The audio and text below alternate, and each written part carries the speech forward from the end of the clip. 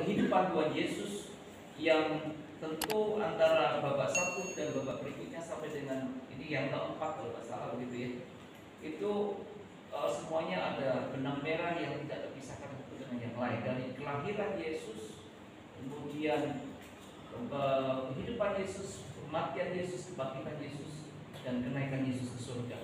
Tentu rangkaian ini mempunyai makna yang sangat luar biasa bagi kita semua yang akan kita lihat, kita renungkan pada sore hari ini. Saudara, saya akan membaca beberapa bagian dari firman Tuhan, baik itu dari Injil Matius, Lukas, ataupun mungkin nanti juga saya baca dari Kisah Para Rasul ya.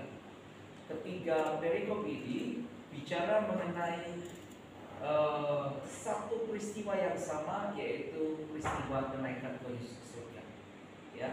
Dan kita coba perhatikan baik-baik. Saya mengambil satu tema, yaitu menjadi duta, menjadi utusan bagi kerajaan Allah. Matius 28 ayat yang ke-16 sampai ayat yang ke-20 mengatakan begini. Dan ke-11 murid itu berangkat ke Galilea, ke bukit yang telah ditunjukkan oleh Yesus kepada mereka.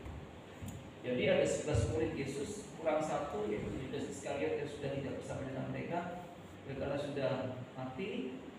Mereka disuruh oleh Yesus menuju ke sebuah berangkat ke Galilea, ke sebuah bukit yang sudah ditunjukkan oleh Yesus. Dan ketika melihat dia, mereka menyembahnya ya. Menyembah itu artinya mereka mungkin melakukan sebuah tindakan sujud ya, sujud dengan kepala bawah begitu ya, sehingga digambarkan sebagai menyembahnya. Tetapi sementara mereka sedang sujud menyembah Yesus, ada beberapa orang yang ragu-ragu ya. Saudara, ini seringkali terjadi juga dalam kehidupan anak-anak Tuhan. Sementara mereka sedang menyembah Tuhan, ada yang ragu-ragu, ada yang nggak percaya kepada Tuhan, ada yang bimbang, nggak sungguh-sungguh gitu ya. Lalu Yesus mendekati mereka dan berkata dalam rangka meneguhkan hati mereka, karena Yesus tahu bahwa di antara mereka ada yang ragu. Yesus mendekati mereka dan berkata begini, kepadaku telah diberikan segala kuasa di surga dan di bumi. Ya, percayalah bahwa aku sudah memiliki itu, sudah diberikan kuasa di surga dan di bumi. Di surga artinya di luar bumi ya, sebuah pemerintahan ilahi ya, dan di bumi. Jadi kekuasaan di surga ataupun di bumi. Karena itu pergilah, jadikanlah semua bangsa muridku dan baptislah mereka dalam nama Bapa dan Anak dan Roh Kudus, dan ajarlah mereka melakukan segala sesuatu yang telah kuperintahkan kepadamu, dan ketahuilah bahwa aku menyertai kamu senantiasa sampai kepada akhir zaman ya. Jadi rupanya saudara, nanti kita akan mengetahui bahwa di dalam perjumpaan yang terakhir antara Yesus dengan murid-muridnya itu ada percakapan ya, walaupun tidak banyak, lalu kemudian ada perintah-perintah yang diberikan oleh Yesus kepada murid-muridnya ya. Selama ini kalau kita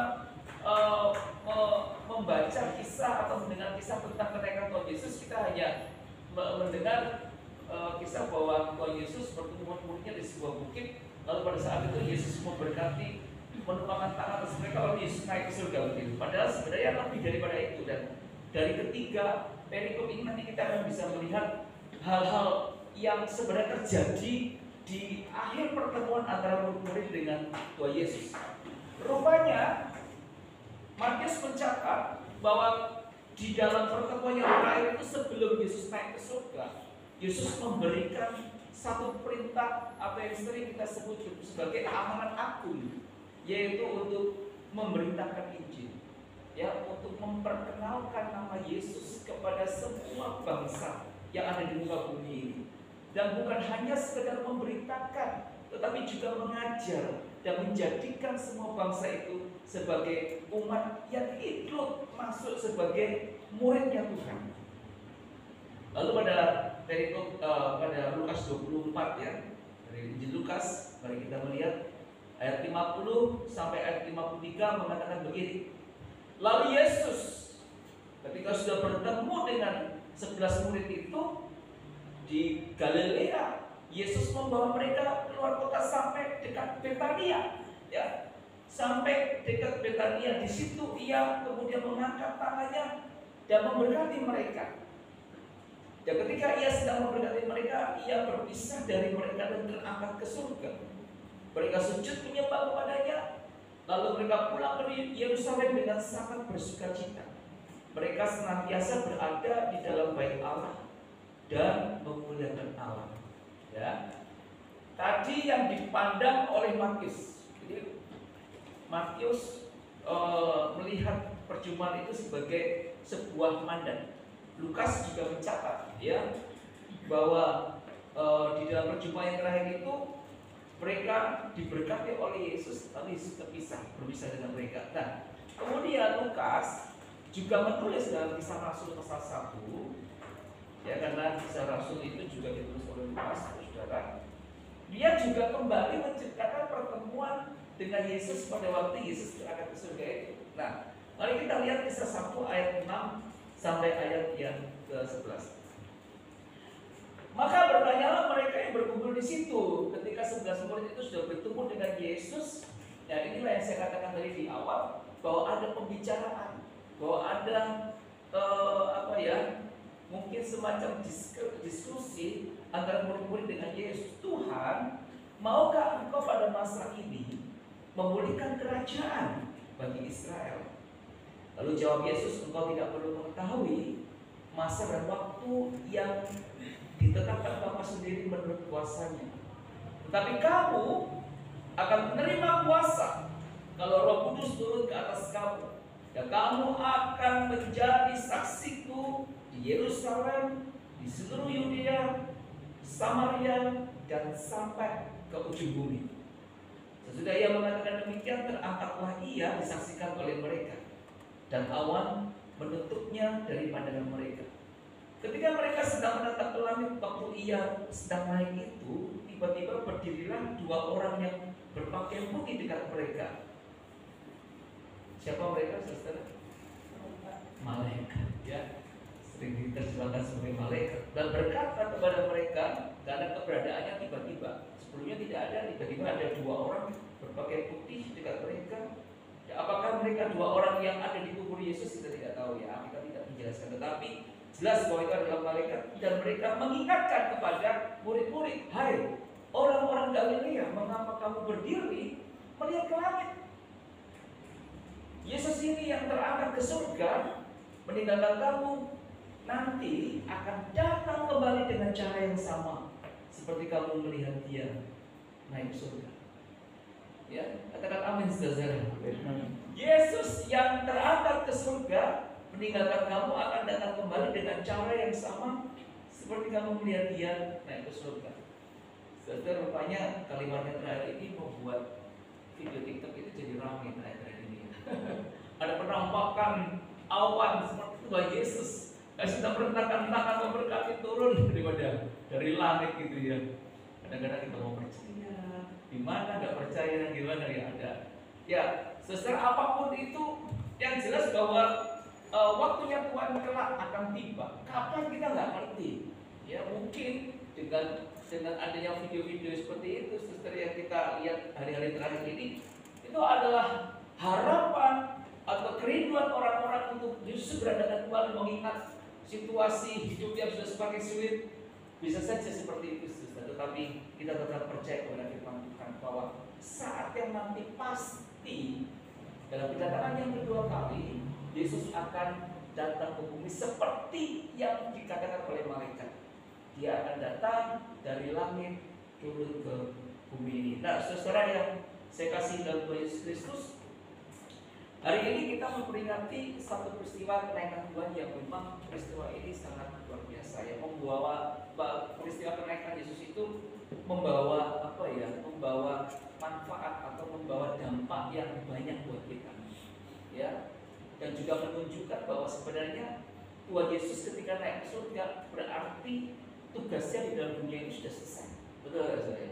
bahwa dia itu sudah melakukan bagian dia, bahwa dia sudah dilahirkan, sudah melayani, sudah menyatakan kerajaan Allah dan mempresentasikan kerajaan Allah dengan sangat luar biasa melalui semua keberadaannya. Semua keberadaan itu melalui kasihnya, perhatiannya kepada orang-orang lain, ya, melalui pertolongannya kepada orang-orang lain, melalui kepeduliannya, sehingga yang sakit kemudian disembuhkan. Kuasa Allah juga ditransformasikan melalui Yesus, sehingga orang-orang yang pada waktu itu memang membutuhkan kehadiran sesuatu yang ilahi, ya, itu mereka boleh nyata mengalami sendiri pengalaman yang ilahi itu.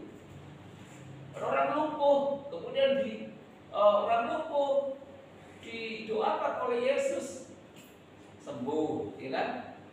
Ada orang buta dipegang oleh Yesus matanya, didoakan oleh Yesus sembuh. Apalagi saudara, orang gila yang merasukan setan, diusir setannya oleh Yesus sembuh.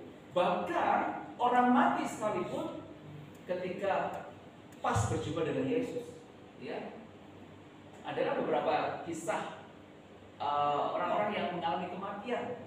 Ada seorang pemuda dari Nain yang suatu kali rombongan sedang dibawa ke pemakaman dan ada rombongan Yesus berjalan berpapasan.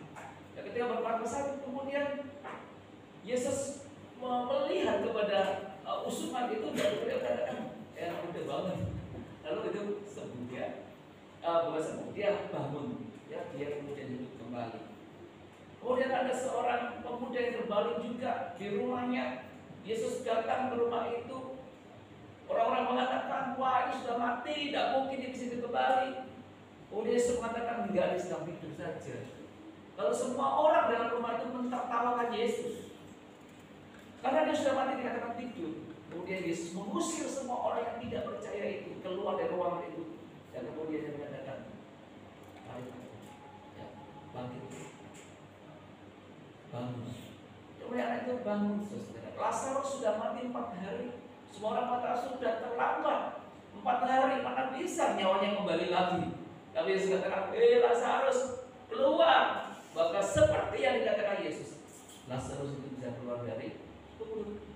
Saudara, bahkan orang mati pun bisa dibangkitkan kembali oleh Yesus. Tuhan Yesus itu mentransformasikan, menyatakan tentang kerajaan Allah melalui dirinya yang sangat luar biasa, ya. Apapun sudah dia kerjakan, sudah sampai dia harus mati, kemudian dia dibangkitkan oleh Allah, dan sekarang tugasnya sudah selesai, sudah purna, sudah final. Makanya ketika dia harus naik ke surga, maka itu artinya bahwa dia harus kembali kepada preeksistensinya sebagai Allah. Karena sebelumnya dia adalah Allah, dia adalah Logos, dia adalah Firman, dia adalah Roh yang ilahi yang turun ke dalam dunia ini mewujud sebagai manusia, saudara. Banyak orang di luar sana tidak dapat menerima kebenaran ini, tetapi kita sebagai anak Tuhan, kita dengan mudah bisa menerima kebenaran ini sebagai sesuatu yang seperti yang dikatakan firman Tuhan, dan itu sudah terjadi real, ya. Yesus kemudian dia naik ke surga, bahwa dia kembali kepada preeksistensi peran keberadaannya sebagai Roh itu.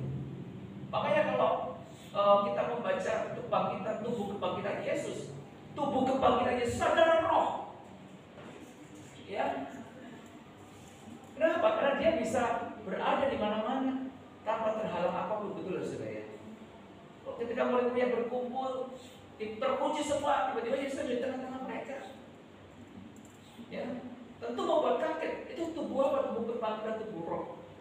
Nah, saudara, Yesus kembali sebagai bentuk ilahinya. Dan tetapi dengan kembali Yesus ke surga, saudara, maka semua yang sudah dikatakan Yesus itu terjadi untuk kita. Misalnya apa? Bahwa Yesus pergi ke surga adalah untuk menyediakan tempat bagi kita. Betul, saudara, ya? Bahwa kalau aku sudah pergi ke sana, kata Yesus dalam sebuah percakapan dalam murid-muridnya, dia katakan dalam rumah Bapa itu banyak tempat tinggal. Ya, nanti aku akan ke sana, dan kalau aku sudah ke sana, aku akan siapkan banyak tempat tinggal untuk kalian, sehingga di mana aku berada, kalian akan berada. Dengan perginya Yesus ke surga, dengan kenaikannya ini, saudara, maka kita beroleh jaminan sebuah kehidupan kekal, kehidupan di dalam kerajaan surga yang mulia. Katakan kami semua. Gak usah khawatir, gak usah ragu akan hari ini, bahwa memang suatu hari nanti kita akan menerima itu, hidup bersama dengan Tuhan dalam kemuliaan kekal. Beberapa minggu yang lalu saya pernah mengatakan menceritakan pendeta siapa yang baru meninggal itu, asal pemasaran ya. Saya Reaksi ya. Nah dia 5 bulan yang lalu saksiannya dia melihat sebuah penglihatan, ya. Dia melihat sebuah rumah yang besar, rumah yang sangat luar biasa indah. Lalu ada orang-orang di situ yang ngajak dia, memanggil dia untuk berada di tempat itu. Lalu dia ngomong sama hamba-hamba Tuhan, wakil-wakilnya dia, dan mengatakan, aku dipanggil Tuhan. Saya sedang dipanggil oleh Tuhan untuk pulang ke rumah Tuhan. Itu yang namanya pegawai-pegawai itu sampai stafnya itu sampai bingung gitu ya.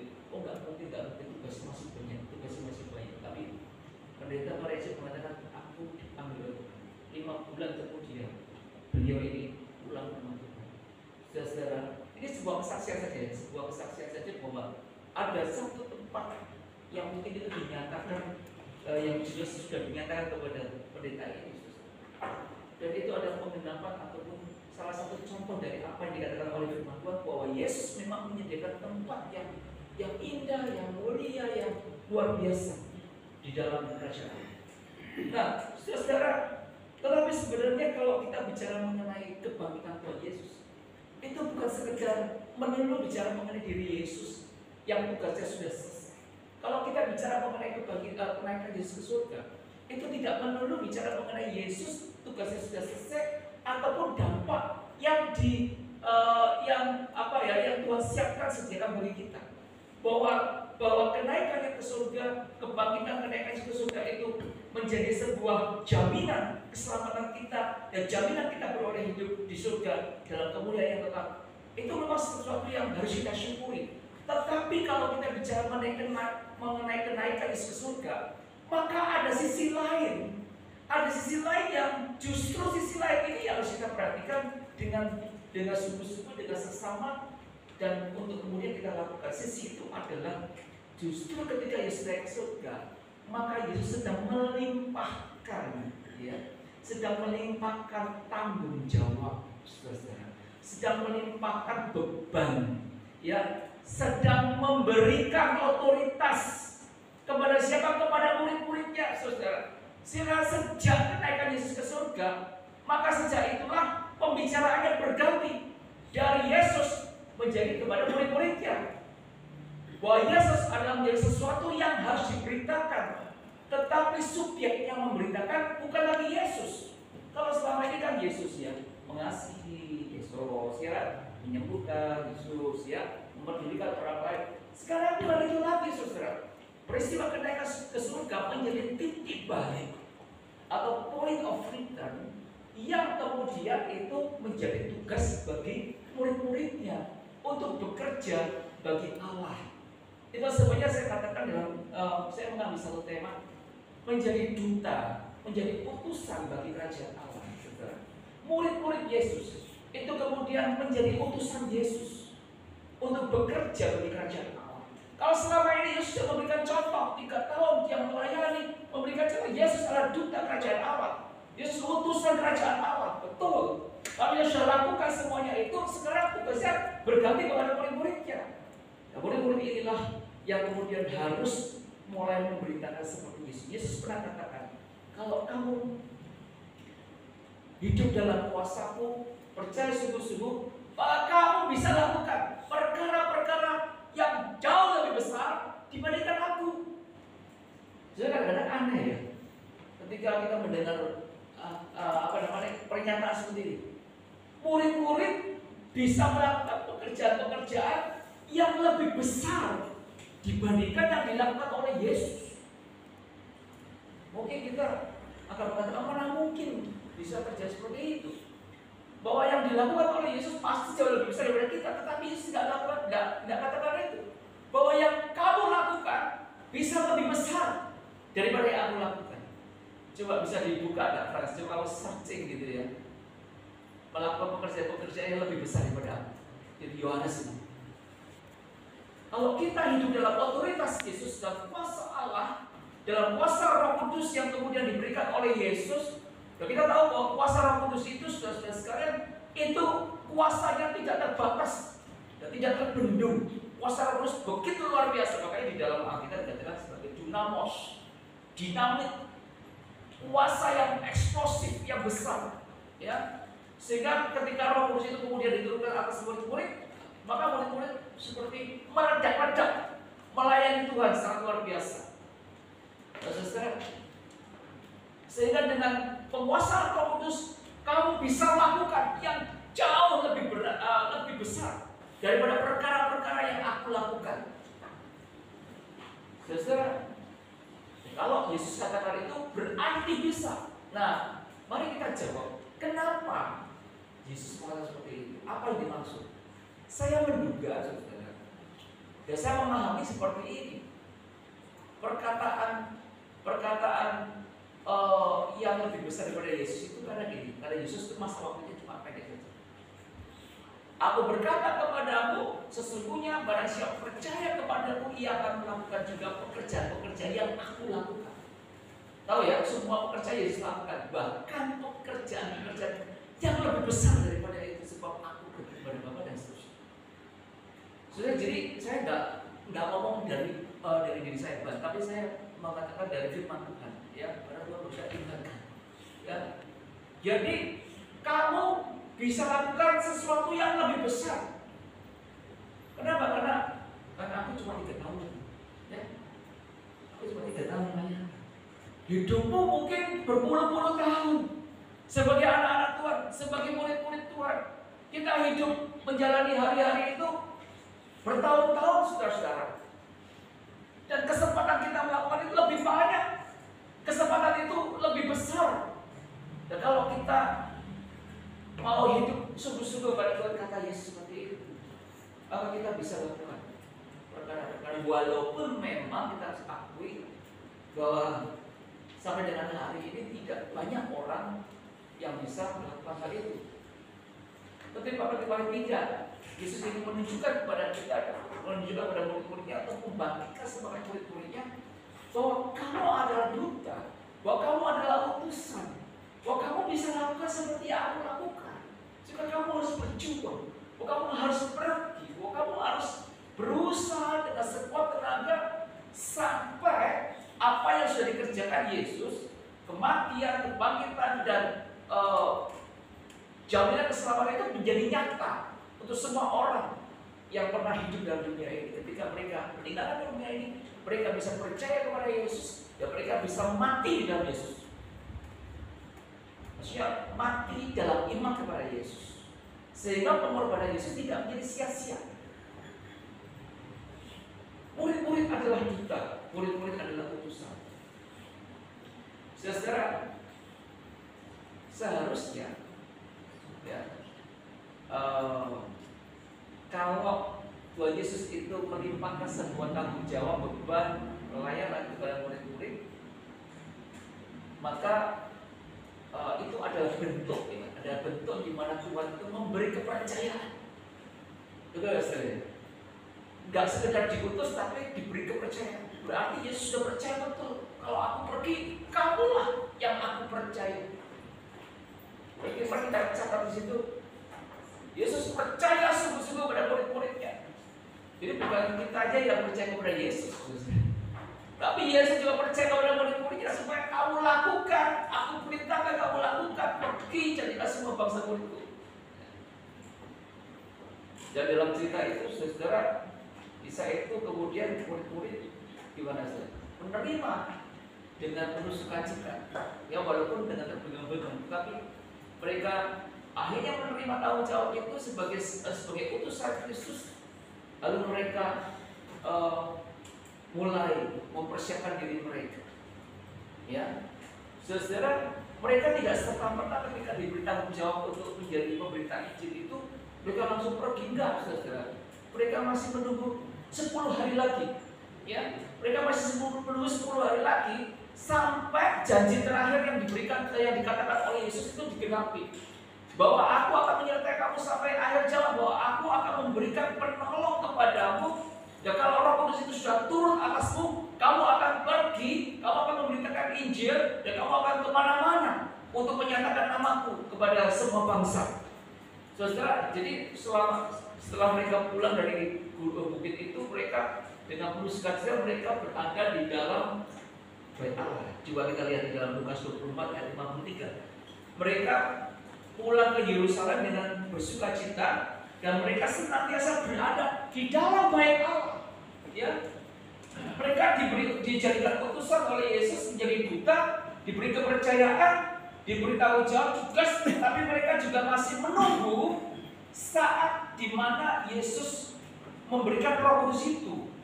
Sehingga sebelum itu ada, sebelum Roh Kudus itu turun, saudara, selama 10 hari itu mereka berada di dalam Bait Allah dan memuliakan Allah. Dan itu yang akan kita lakukan pada 10 hari ke depan. Betul lah, saudara. Dasarnya memang seperti ini, saudara. Ketika Yesus ke surga, ya mari kita dengan penuh kesabaran, setia menanti janji Roh Kudus. Karena di dalam Matius 28 Kisah Rasul 1 dikatakan tadi, kamu akan menerima kuasa kalau Roh Kudus turun atas kamu akan pergi menjadi saksi. Ya, nah saudara, itulah yang terjadi pada waktu itu. Kemudian murid-murid bisa menjadi pemberita Injil setelah Roh Kudus hadir. Kita nanti akan melihat ya 10 hari ke depan bagaimana kuasa Roh Kudus itu mengubah kehidupan murid-murid dari yang tadinya introvert menjadi ekstrovert, yang tadinya menjadi inklusif menjadi eksklusif, dari eksklusif menjadi inklusif ya. Jadi yang tadinya tidak berani kemana-mana kemudian bisa membuka diri untuk pergi memberitakan Injil dan menanggapi perintah Yesus yang menyuruh mereka memberitakan Injil kemana-mana tempat itu ke seluruh dunia itu. Maka mereka pada akhirnya menjadi murid-murid yang memberikan hidup mereka sedemikian rupa sampai akhirnya mereka semua menjadi martir bagi Yesus. Amin. Semua murid-murid Yesus semuanya mati karena memberikan Injil. Kecuali enggak ada kecuali Yohanes pun juga mati karena memberitakan Injil. Karena dia ditangkap, dia dibuang ke pulau Patmos sampai mati. Ya, mungkin Yohanes adalah yang terpanjang hidupnya di antara semua murid-murid Yesus yang lain, karena yang lain ada yang dibakar, ada yang digergaji dan lain sebagainya, ada yang dimasak gitu, dan lain sebagainya. Nah, saudara, pertanyaannya adalah mengapa harus memberitakan Injil? Kenapa Yesus itu harus memerintahkan muridnya untuk memberitakan Injil? Kenapa harus ada alih generasi? Karena gini, saudara, manusia dan dunia ini sekalipun secara makro sudah dijamin keselamatannya oleh Yesus. Ya, sekalipun kita semua sudah memiliki jaminan keselamatan dan hidup kekal dalam kemuliaan yang tiada tara itu, saudara. Tapi kita harus sadari bahwa kita ini masih berada dalam dunia yang gelap. Kita masih berada dalam dunia yang kelam. Kita masih berada dalam dunia yang penuh dengan pergumulan, yang penuh dengan dosa, yang penuh dengan daya tarik. Dunia yang sangat luar biasa, yang semuanya itu bertentangan dengan Tuhan. Ya. Makanya Paulus mengingatkan bahwa di dalam pikiran kita ini ada dua kuasa.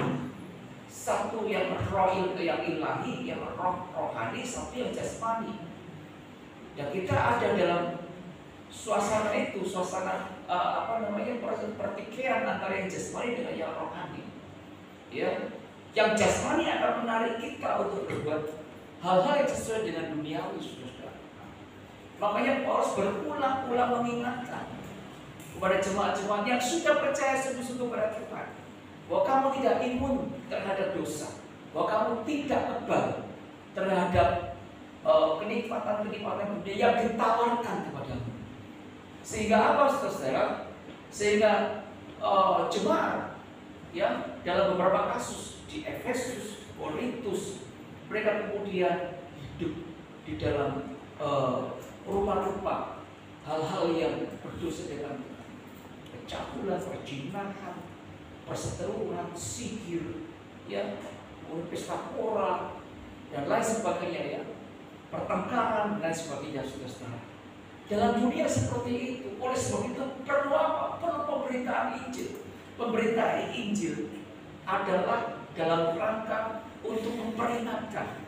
Pemberitaan Injil adalah dalam rangka untuk mengajak, ya, memperingatkan orang akan dosa, memperingatkan orang akan kehidupan yang gelap, dan mengajak mereka untuk percaya kepada Kristus, untuk percaya kepada keselamatan yang sudah dikerjakan oleh Yesus. Pemberitaan Injil ada dalam rangka untuk memenangkan jiwa-jiwa, merampas mereka dari kuasa iblis, saudara. Karena iblis itu tidak berhenti bekerja. Ketika Yesus sudah mengalahkan kuasa mereka, mereka masih berusaha untuk berusaha sekuat tenaga untuk membuat anak-anak Tuhan tetap berada di dalam dosa. Itulah sebabnya kenapa perlu pemberitaan Injil. Itu sebabnya kenapa Yesus mengatakan, kamu harus pergi, beritakan, ajarlah mereka melakukan segala sesuatu seperti yang aku perintahkan. Betul ya, saudara? Di dalam Matius dari pasal yang ke-28. Pergilah, jadilah semua bangsa muridku, baptis mereka dalam nama Bapa, Anak dan Roh Kudus, dan ajarlah mereka melakukan segala sesuatu seperti yang telah kuperintahkan kepadamu. Tak cuma sekedar membaptis. Tapi kenapa anak-anak ini kemarin dibaptis? Tapi mereka juga diajar. Betul ya, Yos? Rekan-rekan remaja yang baru saja dibaptis, mereka bukan sekedar percaya dibaptis, saya tidak begitu, saudara.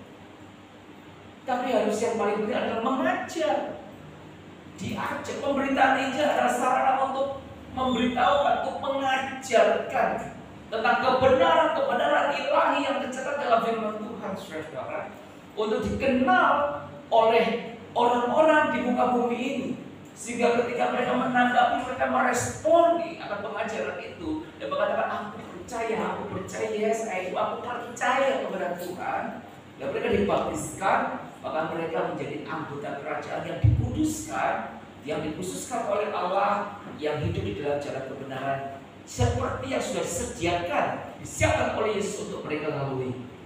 Sampai sini paham, saudara? Nah, saudara, mengapa harus ada pemberitaan Injil? Karena kita sedang berebut, ya, merebut jiwa-jiwa di akhir zaman ini, saudara. Saya bersyukur bahwa cukup banyak, ya, tokoh-tokoh yang tadinya memusuhi kita, tiba-tiba mereka bisa berbalik, ya, percaya kepada Tuhan. Saya sangat optimis. Beberapa tahun yang lalu, 2 tahun pada awal, kita pasti ingat, ya, pada awal pandemi, kan banyak berita-berita, ya, di Cina ketika ada pandemi itu, agama tertentu itu tidak pernah tersentuh, ya, ada cerita seperti itu, ya. Ribuan orang yang sujud di dalam itu, yang itu agama itu tidak ada yang kena corona, lalu orang ramai percaya menjadi percaya kepada agama itu. Tapi setelah berjalan 2 tahun, kita melihat bagaimana Tuhan bekerja untuk membalikkan semua hal-hal seperti itu. Dan saat ini, saudara, makin banyak orang yang percaya kepada Yesus. Itu harus kita syukuri, bahwa mereka yang tadinya frontal, makin mereka frontal menyerang Yesus. Ketika mereka mendengar berita tentang Yesus, mereka diselamatkan. istri saya itu setiap malam, hampir setiap malam itu mendengar perdebatan ya, apa sebetulnya itu ya, istriku apa itu linknya ini? Ada yang namanya Ibu Sufiatul. Di sini Ibu Kristi mana ya? Oh, nggak ada sakit. Oh, sakit ya? Nah, itu ya, kalau di perdebatan itu suaranya kayak Ibu Kristi persis. Jadi kalau saya, ini Bu Kristi itu debat ini persis lah, semuanya logatnya, semuanya cara ngomongnya itu Bu Kristi. Jadi kalau saya lihat, wah ini Bu Kristi, oh coba saya hebat ini. Padahal Sofia itu di situ lah. Dia mengerti tentang agama lain, saudara. Dia bisa membalikkan semua kota. Dia bisa bertanya sesuatu yang tidak bisa dijawab. Yang pada akhirnya memaksa orang untuk kemudian percaya kepada Yesus. Dan quote Tuhan kemudian menyadarkan, membuka mata hati orang untuk percaya kepada Yesus. Ya, NKC juga Muhammad Kacik jadi anak Tuhan. Ya jelas sudah. Orang pasti akan berontak. Ya, namanya aja Muhammad. Jadinya Kristen. Orang pasti akan yang nggak terima tuh, dicicilin apa, masukin kotoran manusia. Saya bilang bisa sempet-sempetin dengan ambil kotoran manusia untuk dibawa ke penjara, masukin ke mulutnya MKJ. Ya, setelah dia seorang pengajar, dia ingin memiliki anak buah banyak gitu ya. Tapi percaya kepada Tuhan, diubahkan oleh Tuhan, dan dia berani menanggung resiko akibat iman kepada Yesus.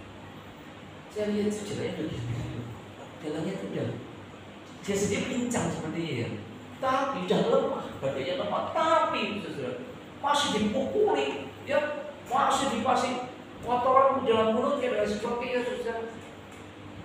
Tapi itulah harga yang harus dibayar oleh MKJ untuk menerima keselamatan di dalam Yesus. Kalau ada orang, saudara, mau mengalami semua itu demi iman kepada Yesus, maka di sisi lain Yesus sudah perintahkan kepada kita, saudara, maka itu yang harus kita lakukan.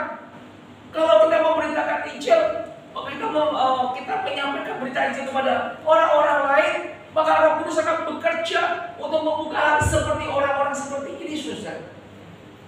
Membuka hati menerima, ya, membuka hati. Akhirnya mereka menerima. Tugas kita adalah untuk menyampaikan saja. Tugas Roh Kudus adalah untuk membuka hati, sehingga mereka boleh menerima Yesus. Kalau kemudian Roh Kudus bekerja, mereka masih menutup hati, itu bukan urusan kita. Dan itu juga bukan urusan Roh Kudus. Roh Kudus sudah bekerja. Hati manusia ketika mendengar berita Injil dan mereka tidak mau percaya kepada Yesus, maka kelak firman yang dikatakan oleh Yesus, semua firman akan menjadi hakim. Yesus sendiri tidak menghakimi, saudara. Di akhir zaman Yesus tidak menghakimi. Kalau di agama lain Isa itu menghakimi. Di agama kita, di kekristenan, Yesus tidak menghakimi. Bagaimana mungkin Yesus menghakimi? Oleh karena Dia sendiri yang menyelamatkan, menghakimi. Yang menghakimi adalah semua firman, perkataannya sudah dikatakan, sehingga ketika orang datang kepada Tuhan, ketika orang kembali kepada Tuhan, hidupnya disesuaikan dengan firman itu. Ada firman mengatakan, jangan mencuri. Lu mencuri nggak? Ketika nggak mencuri sudah cutak, gitu.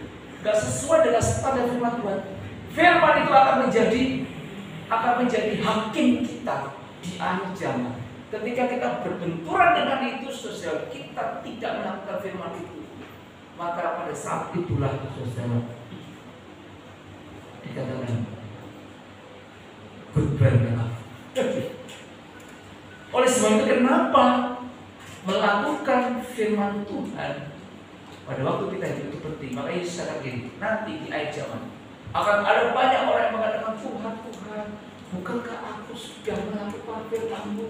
Bukankah aku sudah melayani Engkau? Bukankah aku sudah memberi yang terbaik buat Tuhan? Baik persembahanku, baik hidupku. Aku sudah menyembuhkan orang lain. Aku sudah berjuang buat orang lain.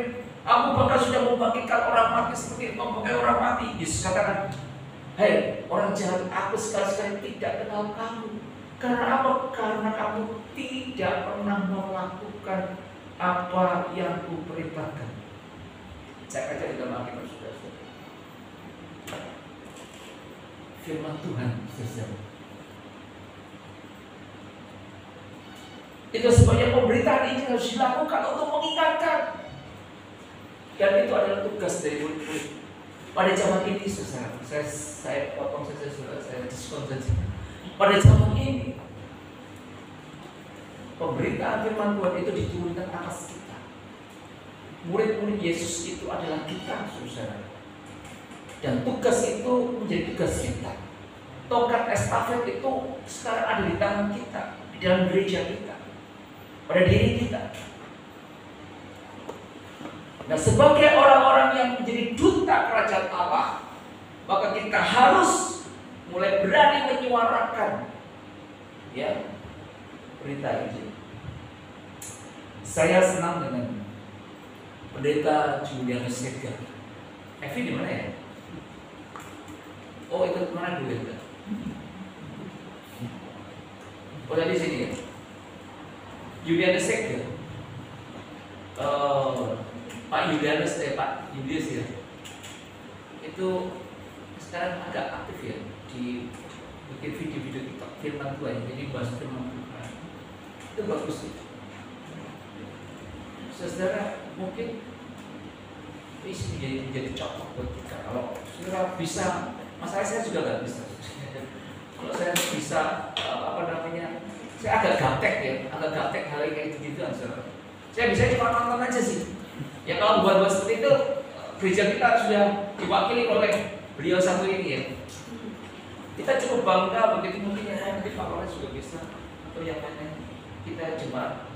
Mari kita mulai memberitakan Injil, dan pemberitaan Injil bisa dimulai dari lingkungan yang terdekat, ya, dalam keluarga kita, dari orang-orang yang berjumpa dengan kita dalam pekerjaan kita, kalau kita berbisnis ya teman-teman bisnis kita ya, dan sebagainya, dengan kantor ya, ya orang-orang seperti kita di masyarakat.